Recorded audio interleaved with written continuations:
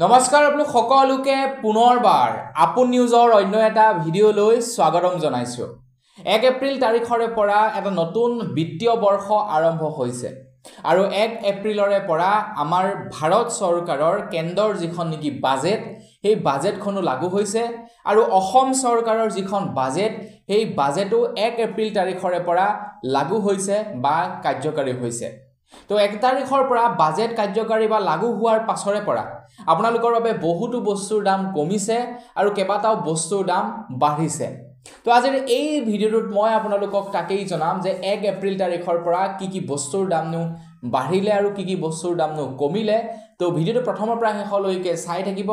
মই শ্ৰীপাঞ্জি গগৈ, আপোনালোকে চাই আছে আপোন নিউজ। আহক আৰম্ভ কৰোঁ আজিৰ ভিডিঅ'। আগবাঢ়িছো আজি খবৰটোৰ ফালে আগবঢ়াৰ আগতে কিন্তু লাইক এটা কৰিবলৈ নাপাহৰিব আৰু চেনেলটো যদি এতিয়ালৈকে ছাবস্ক্ৰাইব কৰা নাই তেনে চেনেলটো ছাবস্ক্ৰাইব কৰি ল'ব এনে ধৰণৰ খবৰবিলাক নিতো এই চেনেলটোত চাই থাকিবৰ কাৰণে।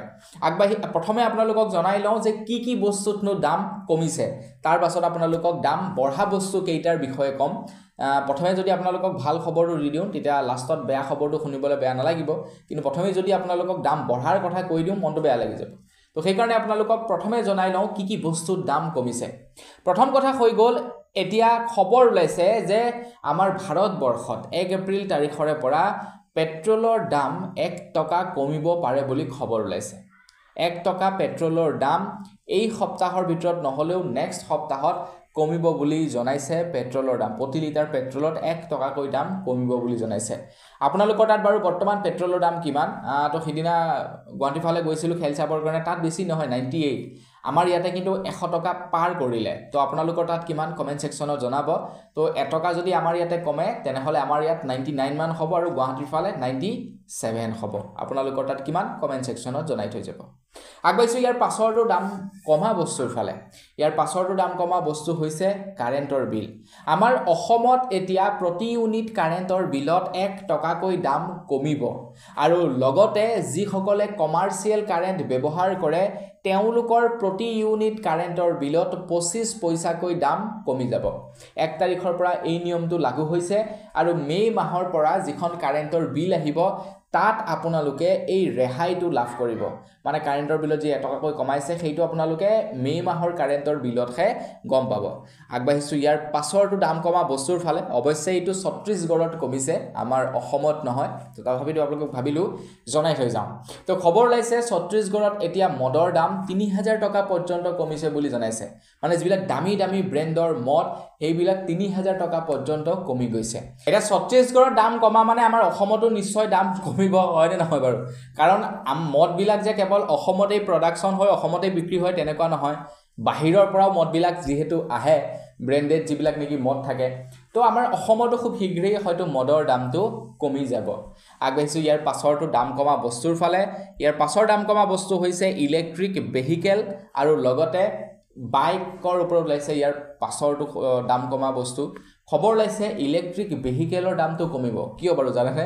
কাৰণ ভাৰত চৰকাৰে এতিয়া কি কৰিছে, ইলেক্ট্ৰিক ভেহিকেলত ব্যৱহাৰ হোৱা যিবিলাক নেকি বেটেৰী সেই বেটেৰীবিলাকৰ কষ্টিংটো কমাই দিছে আৰু যাৰ ফলত নেকি এতিয়া ইলেক্ট্ৰিক ভেহিকেলৰ দামটো কমিব। এয়া গাড়ীয়ে হওক বা সেয়া আপোনাৰ স্কুটাৰেই হওক, স্কুটিয়ে হওক, যিয়ে নহওক আৰু মুঠতে যিবিলাক নেকি বেটেৰীৰ দ্বাৰা চালিত বস্তু আছে সেই বেটেৰীৰ দ্বাৰা চালিত বস্তুবিলাকৰ দামবিলাক আমাৰ ভাৰতবৰ্ষত এতিয়া কমি যাব। নতুন বাজেটত এই কথা ঘোষণা কৰিছে। আগবাঢ়িছোঁ ইয়াৰ পাছৰটো দাম কমা বস্তুৰ ফালে।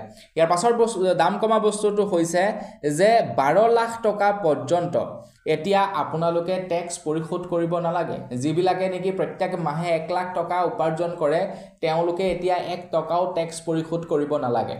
যিবিলাকৰ প্ৰত্যেক মাহৰ উপাৰ্জন 1 লাখতকৈ বেছি তেওঁলোকেহে এতিয়াৰে পৰা আমাৰ ভাৰতবৰ্ষত টেক্স পৰিশোধ কৰিব লাগিব। আৰু 1 এপ্ৰিলৰ পৰা এই নতুন নিয়মটো সলনি হৈছে বা নতুন চেলেবটো সলনি হৈছে। আগবাঢ়িছোঁ ইয়াৰ পাছৰটো দাম কমা বস্তুৰ ফালে।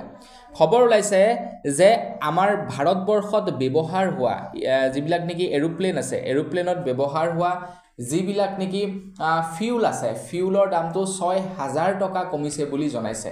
6000 টকা ফ্লাইটত ব্যৱহাৰ হোৱা ফিউলৰ দামটো কমিছে আৰু যাৰ ফলত নেকি যিবিলাকে ফ্লাইটত যাত্ৰা কৰিব তো তেওঁলোকৰ টিকটৰ প্ৰাইচটো কমিব। আমিতো ফিউলটো ব্যৱহাৰ নকৰোঁ, কিন্তু টিকটটোতো আমাক লাগিব ন ফ্লাইটত যাবৰ কাৰণে, তো টিকটৰ প্ৰাইচটো কমিব। আগবাঢ়িছোঁ ইয়াৰ পাছৰটো দাম কমা বস্তুৰ ফালে। ইয়াৰ পাছৰটো দাম কমা বস্তু হৈছে আমি সকলোৱে ঘৰত ব্যৱহাৰ কৰা LPG চিলিণ্ডাৰ। আমি যিটো নেকি ঘৰত LPG চিলিণ্ডাৰ ব্যৱহাৰ কৰোঁ সেইটোৰ দাম কমা নাই, কিন্তু দাম কমিছে এই যে হোটেলবিলাকত ব্যৱহাৰ কৰে যিটো ডাঙৰ ডাঙৰ চিলিণ্ডাৰ সেইটোৰ দাম কমিছে। প্ৰায় 41 টকা দাম কমিছে বাণিজ্যিক চিলিণ্ডাৰৰ দাম।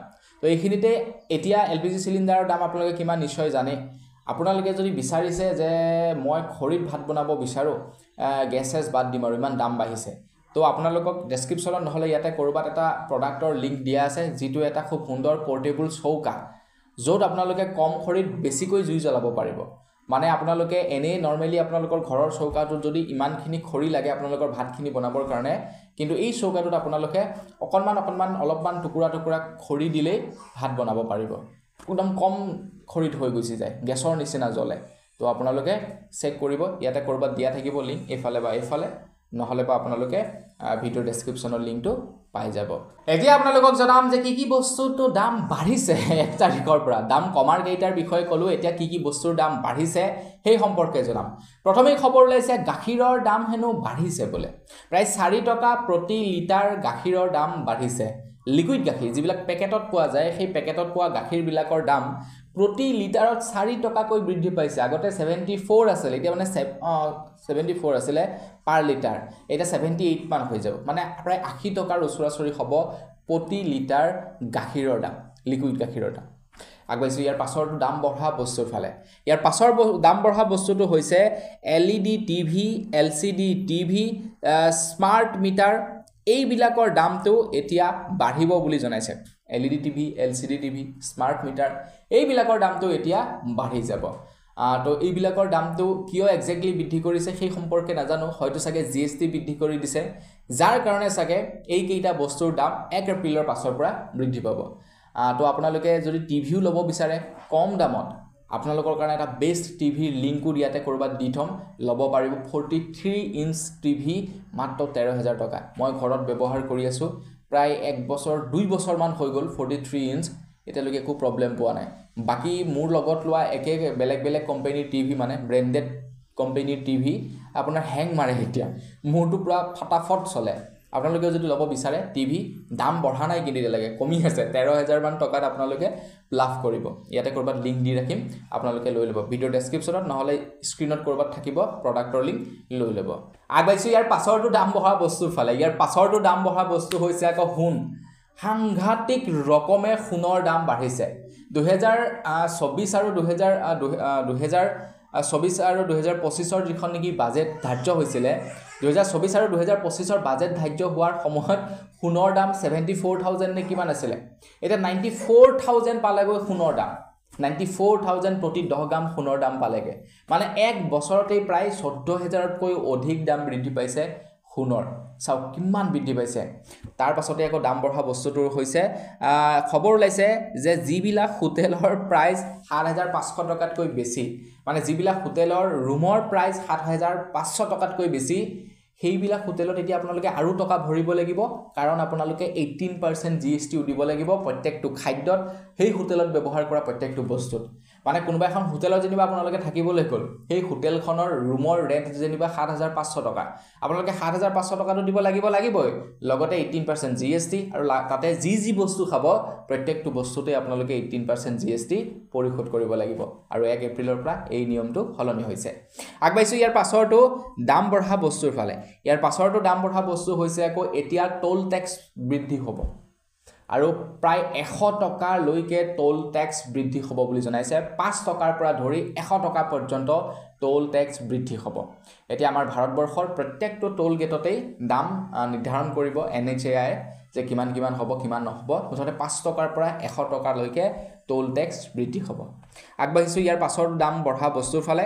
ইয়াৰ পাছৰটো দাম বঢ়া বস্তু হৈছে এতিয়া টাটা, মহিন্দ্ৰা, হোণ্ডাই, মাৰুতি, এইবিলাক গাড়ীৰ দাম প্ৰায় 4% বৃদ্ধি পাব। টাটা, হোণ্ডাই, মাৰুতি, এইবিলাক গাড়ীৰ দাম 4%লৈকে বৃদ্ধি পাব। মই মাৰ্চ মাহত এটা ভিডিঅ' বনাইছিলোঁ, প্ৰায় সংখ্যক লোকক জনাইছিলোঁ, যিসকলে চাইছিলে সেই ভিডিঅ'টো, যে 1 এপ্ৰিলৰ পৰা গাড়ীৰ দাম বাঢ়িব। যদি আপোনালোকৰ ল'বলৈ মন আছে আপোনাৰ মাৰ্চ মাহতে লৈ লওক। তো সেইকাৰণে চেনেলটো ছাবস্ক্ৰাইব কৰি থওক, এনেকুৱা খবৰবিলাক মাজে সময়ে চাই থাকিব পাৰিব। আগবাইছে একেবাৰে শেষৰটো দাম বঢ়া বস্তুৰ ফালে আৰু এই সম্পৰ্কে হয়তো আপোনালোকে এতিয়ালৈকে গম পালেই একেবাৰে শেষৰটো দাম বঢ়া বস্তু হৈছে ঔষধ আমাৰ ভাৰতবৰ্ষত প্ৰায় 784 বিধ ঔষধৰ দাম বাঢ়িছে আপোনাৰ হৃদৰোগৰ পৰা ধৰি ব্লাড প্ৰেছাৰৰ পৰা ধৰি এনেকুৱা প্ৰায় 784 বিধ মেডিচিনৰ দাম বাঢ়িছে প্ৰায় 1.72% 1.72% ঔষধৰ দাম বাঢ়িছে বুলি জনাইছে তো বন্ধু বান্ধৱীসকল এই 14টা বস্তুৱে দাম ইফাল সিফাল হৈছে তো আপোনালোকক জনালো জানি কেনেকুৱা পালে কমেন্ট সেকশনত জনাব যদি ভাল লাগিলে লাইক এটা কৰিব আৰু প্ৰডাক্ট কেইটা আপোনালোকে একবাৰ চেক কৰি চাব পাৰে এতিয়া ধৰি লওক গেছৰ দাম ইমান বাঢ়িছে তো আপোনালোকক এটা চৌকাৰ যদি প্ৰয়োজন হৈ আছে চৌকাটো ল'ব পাৰে নতুবা আপোনালোকে যদি এটা কম দামত টিভি ভাবি আছে ল'ম বুলি এই আপোনাৰ বিহুৰ বতৰত তেতে ল'ব পাৰে 13,000 মান টকাত লাভ কৰিব তো ডেসক্ৰিপশন চেক কৰি চাব তো আজিৰ ভিডিঅ'ত ইমানেই পুনৰ এটা ভিডিঅ' সকলোকে লগ পোৱাৰ খাজলৈ বিদায় মাগিছো ধন্যবাদ জয়